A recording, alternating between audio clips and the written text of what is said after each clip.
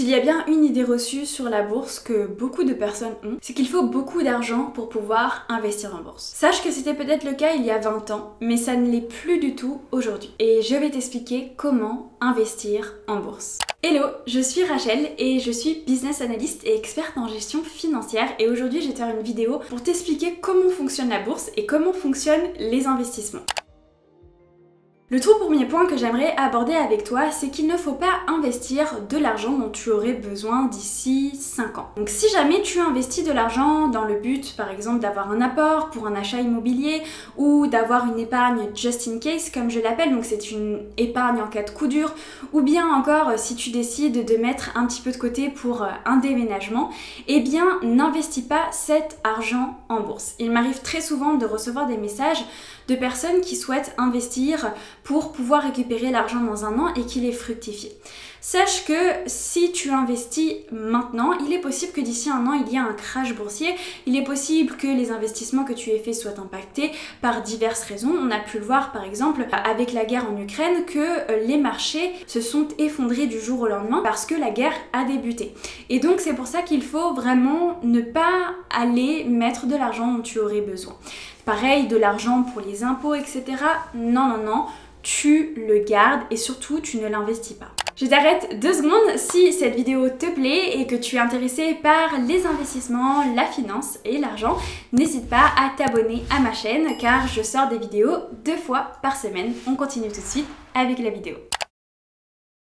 Ensuite, la deuxième chose, c'est qu'il va falloir définir pourquoi est-ce que tu investis. Est-ce que tu investis pour faire fructifier ton argent? Est-ce que tu investis dans le but de transmettre un patrimoine? Est-ce que tu investis pour tes enfants?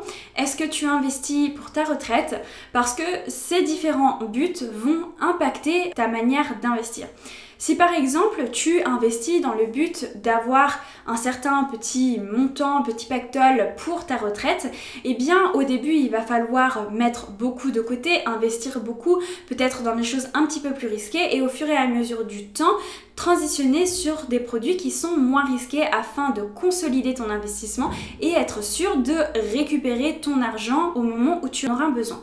Donc lorsque tu débutes tes investissements, prends bien le temps de définir pourquoi est-ce que tu veux investir, quel est ton but et à ce moment-là, tu sauras prendre les bonnes décisions. Sache que si tu n'as pas les connaissances en investissement, en action, si tu ne sais pas comment choisir une action, un ETF, comment choisir une plateforme d'investissement, sur quelle plateforme s'orienter ou encore quel impôt tu vas payer pour tes différents placements, j'ai créé une formation qui s'appelle la formation WeInvest. Elle est accessible, peu importe ton niveau. Si tu es vraiment très débutant, il y a un package avec ma première formation qui va te donner vraiment les bases de l'investissement et ensuite la formation WeInvest qui elle va vraiment te propulser pour que tu puisses gérer tous tes investissements toi-même en toute conscience et surtout que tu puisses débuter ton enrichissement. Je te laisse le lien dans la barre d'infos si tu as envie de jeter un coup d'œil.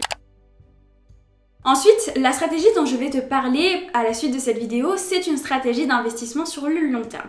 Sache que sur ma chaîne, je ne parle pas du tout de trading, donc d'investissement à la journée, d'investissement sur le court terme, parce que en fait, 90% du temps, les jeunes apprentis traders perdent tout ce qu'ils ont investi. Pour moi, ce n'est pas quelque chose de sûr. Les personnes qui gagnent en bourse sur le court terme sont plutôt des personnes uniques, chanceuses, et il est beaucoup plus sûr d'investir sur le long terme et de gagner sur le long terme plutôt que sur le court terme. Donc sur ma chaîne, tu retrouveras uniquement des investissements sur le long terme.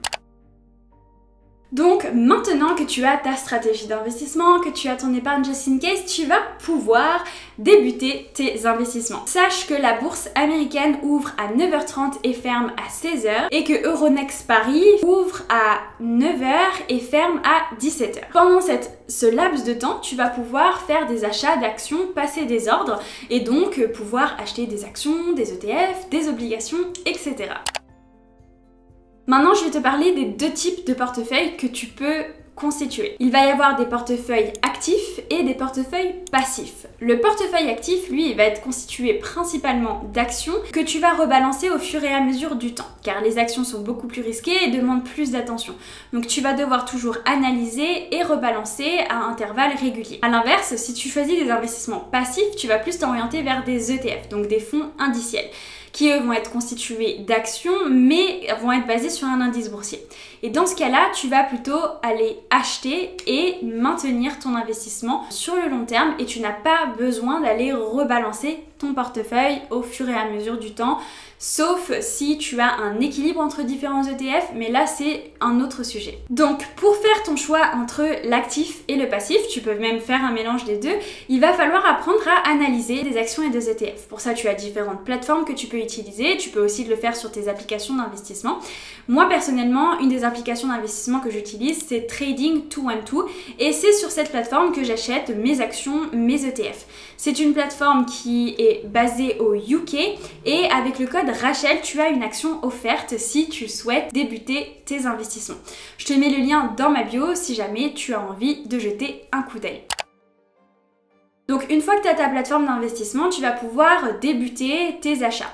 Comme je te disais, tu vas pouvoir faire des analyses et retrouver des informations sur ta plateforme d'investissement. Donc si par exemple on est sur Trading212, tu vas pouvoir trouver le bilan financier, tu vas trouver le compte de résultat, tu vas trouver les différents ratios, tu vas trouver le dividende, etc. Donc ça, ce sont des informations que tu dois apprendre à analyser. Comme je te disais juste au début de cette vidéo, si tu ne sais pas le faire, tu peux l'apprendre dans ma formation, la formation WeInvest. Une fois que tu t'es décidé et que tu approuves une entreprise, que tu approuves un ETF, tu trouves que sa performance est bonne, eh bien ça va être le moment de faire ton achat. Et maintenant que tu es rentré dedans, il va s'agir de rentrer petit à petit dans le marché. Si tu veux savoir comment entrer dans le marché, j'ai fait une vidéo là-dessus qui t'explique tout. Je ne vais pas le récapituler ici, mais je vais te la mettre juste en haut dans le petit i et aussi en barre d'infos. Comme ça, tu pourras aller jeter un coup d'œil et trouver toutes les informations que tu souhaites sur ton entrée dans le marché boursier. Voilà, maintenant tu es le propriétaire d'une action Enbridge et tu vas pouvoir faire plein d'autres investissements. Si jamais tu as des questions, n'hésite pas à me les poser dans la barre d'infos et nous on se retrouve très bientôt pour une nouvelle vidéo. Ciao!